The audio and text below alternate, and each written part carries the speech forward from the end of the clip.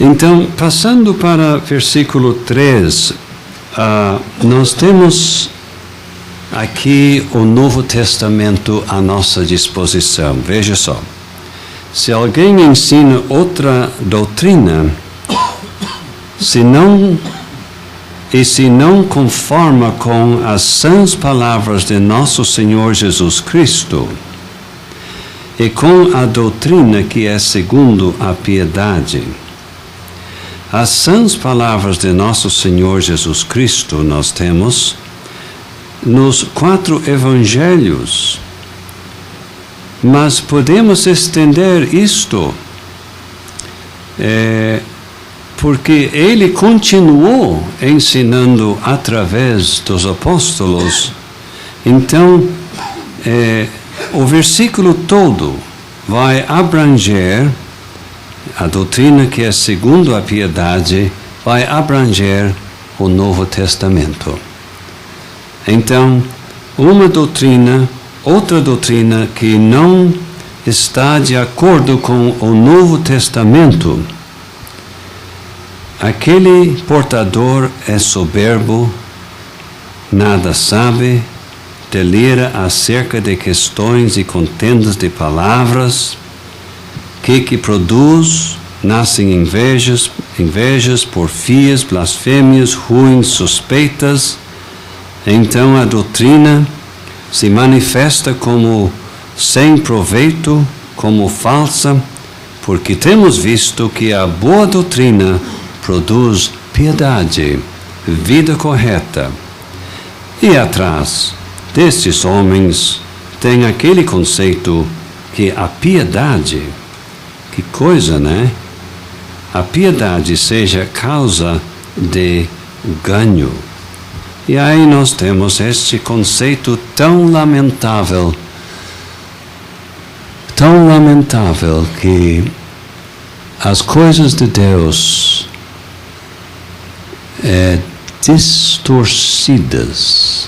distorcidas, mas com o uso da Bíblia, com o uso do nome do Senhor Jesus Cristo, com o uso do termo do Espírito Santo, podem ser usados visando ganho, visando lucro material. Que confusão, né? Temos alguma coisa então para ponderar até versículo 5 agora. Esse grande e grave problema, eu acho que começou, pelo menos se vê no tempo de Balaão, que gostava do galardão da injustiça.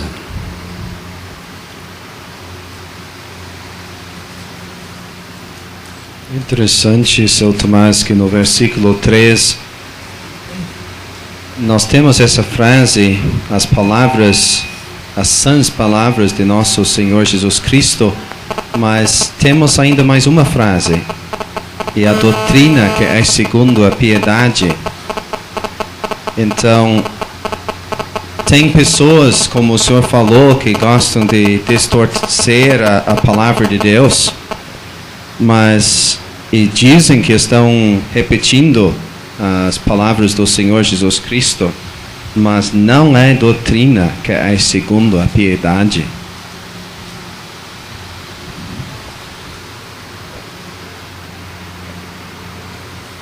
Normalmente, James vai concordar que é uma meia dúzia de palavras arrancadas do seu contexto. Jesus disse tal coisa, e as palavras tiradas do seu contexto para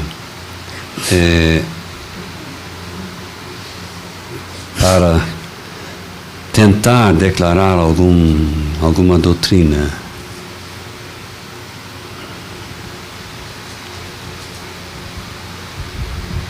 O senhor podia dizer alguma coisa sobre o contraste entre sãs palavras e a palavra delira no versículo 4? Então, sãs palavras seriam palavras que conduzem à saúde espiritual, mas tem um grande contraste com essa palavra no próximo versículo. Realmente a palavra delira pode ser entendido como doente. Então, as sãs palavras promovem a saúde espiritual. Deixa o crente em plena forma quanto à sua vida espiritual. Mas nós temos esses elementos falsos e eles estão doentes acerca de questões e contendas de palavras. Então, isto abala, não produz nada para Deus na vida de ninguém. Só confusão e desânimo e ainda invejas, porfias, cada qual quer poder debater melhor que o outro, nada de proveito para o povo de Deus. São Tomás aqui diz: se alguém ensina alguma outra doutrina e se não conforma, estava lembrando em Romanos 12, diz: não vos conformeis com este mundo. Ali o mundo tem os seus modelos, os seus padrões e quer levar o crente a se conformar com aqueles padrões. Mas aqui nós vemos que a doutrina de Deus tem o seu padrão, o seu modelo, e essa doutrina falsa fica fora, não se encaixa, não se conforma com a doutrina de Deus. Ótimo. A linguagem que ele usa para descrever estes que estavam ensinando o erro é muito forte. Alguém pode pensar que tinha falta de amor, mas o que ele diz é a verdade, é soberbo, delira, homens corruptos de entendimento e privados da verdade. Alguém pode dizer: mas você está julgando. Pois estava apresentando estes ensinadores e o seu ensino à luz do ensinamento do Senhor Jesus Cristo. Sim, São Tomás. A conclusão é esta. Lisandro. A doutrina falsa é algo muito perigoso, não é? Como vemos aqui, aprendemos também que é algo diabólico. O diabo mesmo usa, torce as escrituras e fomenta e cria falsas doutrinas. Talvez seja esta a força no final do versículo 5: aparta-te dos tais. Mesmo um crente pode ter a sua fé abalada ou atingida ao entrar em contato com falsa doutrina. Às vezes a gente conversa com crentes que antes da salvação pertenceu a uma seita ou outra, e passa-se anos às vezes, e aquele crente continua com certos resquícios da falsa doutrina, algo na sua mente, às vezes deixa transparecer isto. É muito perigoso. Aparta-te dos tais. É importante. Seu José? Seu Tomás, então aonde a mulher, por exemplo, tem voz ativa para pregar, para falar, para dar testemunho em público, não é a sã doutrina. Não pode ser. Não é. Não pode ser. Nós temos duas religiões muito comuns, fundadas por mulheres. as duas mulheres eram americanas. Então, a raiz, com todo respeito, uma mulher no seu lugar certo, e uma boa mulher não tem nada melhor. Mas uma mulher fora do seu lugar e uma má mulher, olha, é sério. Então, com todo respeito, eu acho que não pertence, eu tenho certeza que não tem mais nada para fundar. O que foi fundado em Atos capítulo 2 é suficiente. Ninguém tem nada de fundar religião agora. Só queria dizer uma frase, seu Tomás, versículo 4: a doutrina falsa é ferramenta que coopera com as obras da carne. Nascem invejas e porfias, duas obras da carne. E eu estou inclinado a pensar que aqui em capítulo 6 e em capítulo 4 é provável que estejamos deparando com algo que não estava dentro da igreja em Éfeso. Podia ter alguma influência, mas me parece que é algo que estava se criando, influindo, incomodando, mas é um pouco difícil pensar que dentro da igreja em Éfeso já tinha essas coisas em plena força. E descaracterizar a igreja dentro de bem pouco tempo.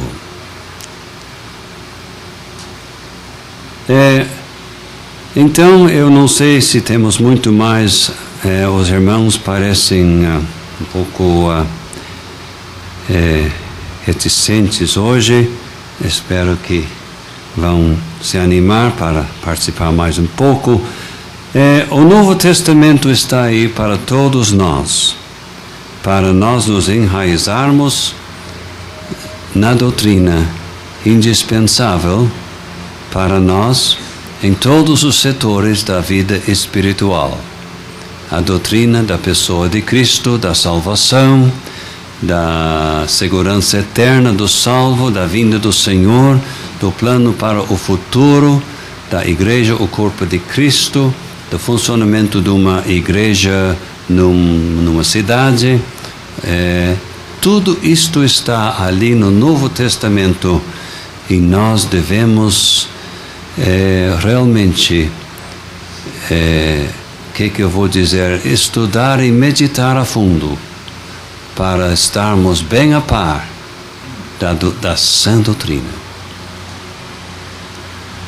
Mas eu queria perguntar sobre essa frase, privados da verdade. O senhor concorda que a linguagem indica a perda daquilo que antes tinham? Então eles tinham conhecimento, não é que coitados nunca ouviram, mas parece que eles tinham um certo conhecimento da verdade, mas se afastaram dessa verdade. Este é o significado da frase, privados da verdade? Eu tinha aqui que era como se privado, uma coisa que foi roubada, né? Que o senhor acha que partiram com um certo conhecimento e facilitaram?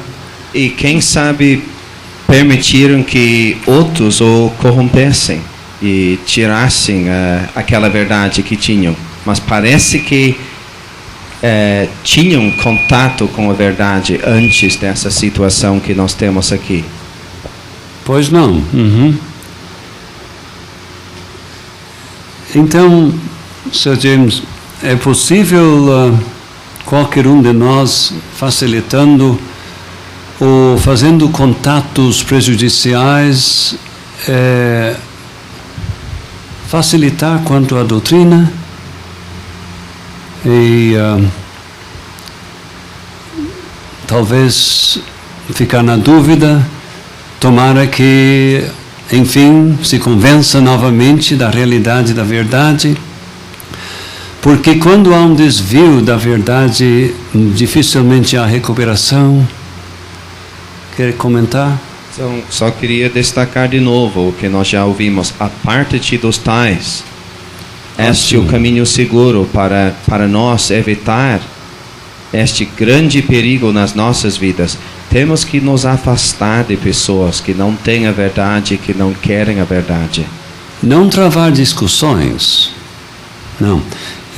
Cá entre nós, irmãos, doutrina errada, conforme capítulo 4, sua fonte é demoníaca, e cá entre nós aquilo me atinge de uma forma que as maiores barbaridades cometidas na cidade, em termos de assaltos, etc., não me atingem.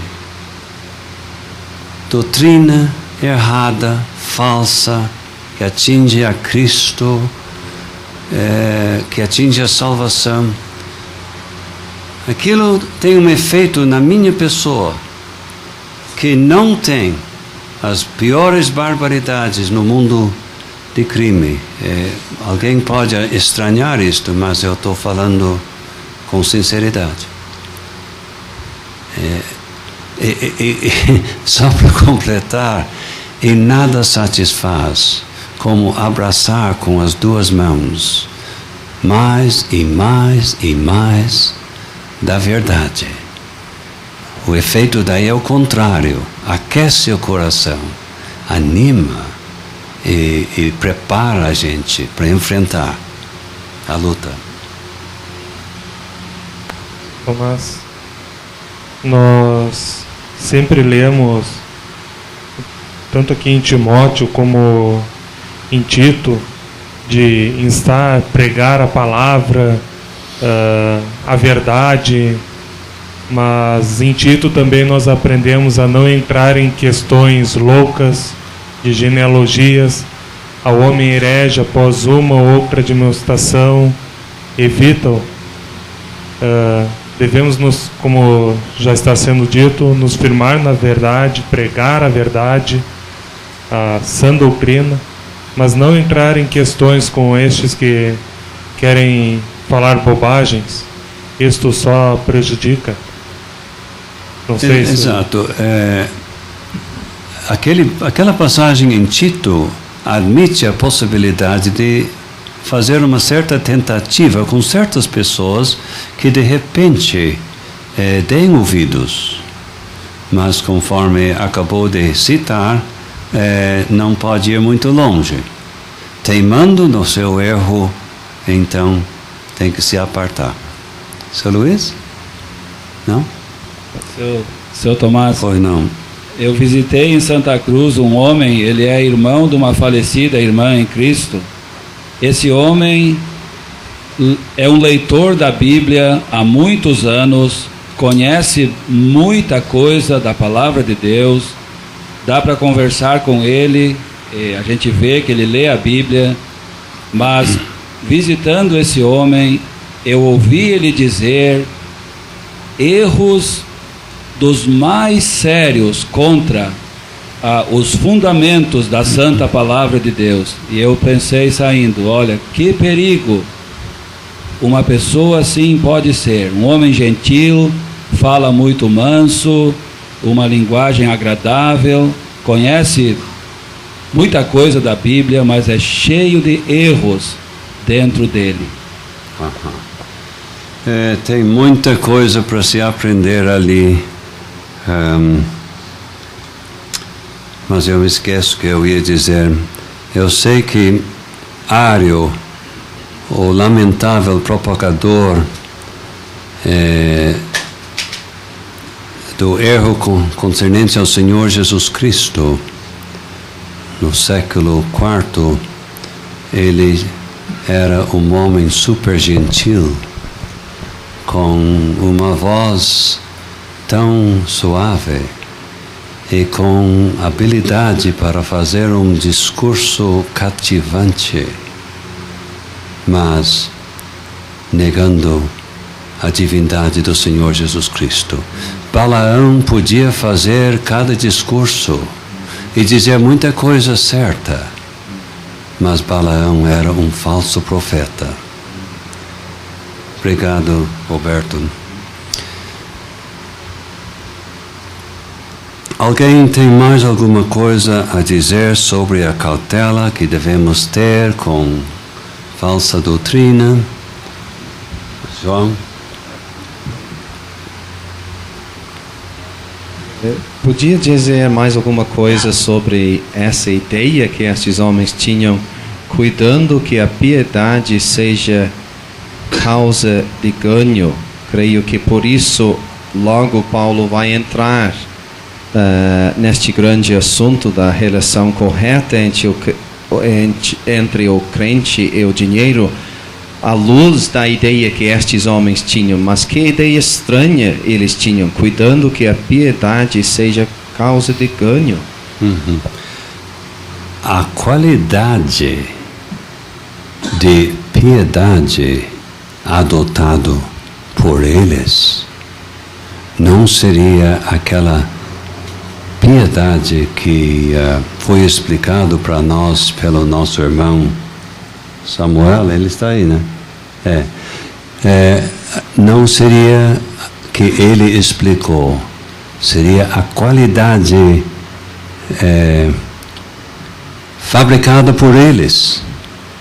Não seria coisa genuína, fabricada, distorcida de uma forma a estimular boas coletas. Sr. Tomás, como essas falsas doutrinas estavam entrando em Éfeso? Por pessoas que ali dentro mesmo estavam se levantando? Ou de alguma outra forma? Dá uma ideia. De pessoas que estavam se levantando? Eu estava tentando pensar que talvez não estivessem dentro da igreja, mas eu posso estar errado. Estava pensando lá em Atos capítulo 20, dentre vós se levantarão. Sim, e nós vemos isto em Himeneu e Fileto, em capítulo 1. Será que é a continuação daquilo ali? Eu espero que, no caso, já tenha se afastado da igreja, que não esteja mais dentro. A tendência seria essa: saíram de nós porque não eram de nós. E nos nossos dias, talvez podem entrar de outras formas, literaturas, alguns escritos, a cautela para se ler alguma coisa, para que não se use isso trazendo como ensino para a igreja. Por exemplo, há muitos bons livros que nós temos hoje em dia, mas temos que ter cuidado com tudo que adquirimos. Que o senhor poderia me ajudar nesse sentido?